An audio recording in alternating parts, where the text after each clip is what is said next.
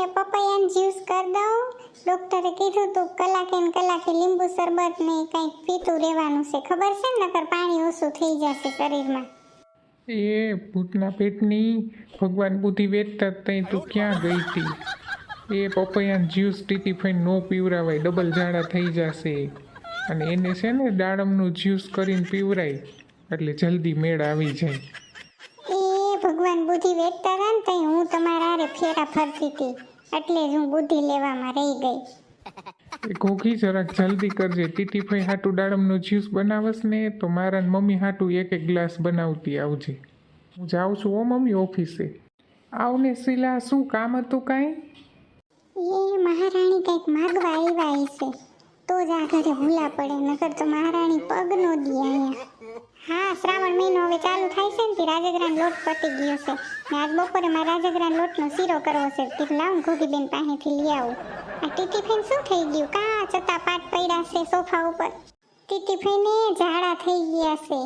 એમાંય ટીટીફાઈ કાલે સોમવાર રહ્યા હતા અને પછી એમાંથી એને 2-4 પેંડા વધારે ખવાઈ ગયા અને આખો દી ઓલી બટેટાની જ વસ્તુ ખાધી. બટેટાની વેફર ને બટેટાની સૂકી ભાજીને તે બધું વાયડું લાગ્યું, તેમાં ઝાડા થઈ ગયા છે. તે ડૉક્ટર પાસે દવા તો લેવા પણ સારું થતાં થતાં હજી 2 દી થઈ જશે એમ ડૉક્ટરે કીધું છે. કોણ આવ્યું છે? શીલા આવી છે? એ શીલા, તને કહું છું તારા મવતરિયામાં કે મારા લાયક છોકરો હોય તો ઠેકાણું દેખાડજે.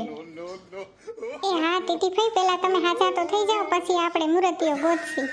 અમે આટલા વર્ષ વહી ગયા, હજી એમાં 5 વર્ષ વધારે વહી જાય તેમાં શું વાંધો છે?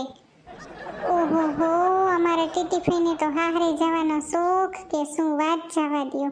મમ્મી, હું તો એ વિચારું છું કે ટીટીફાઈને હારે જવાનો આટલો શોખ છે તો આ 50 વર્ષના અહીંયા ને અહીંયા કેમ થઈ ગયા?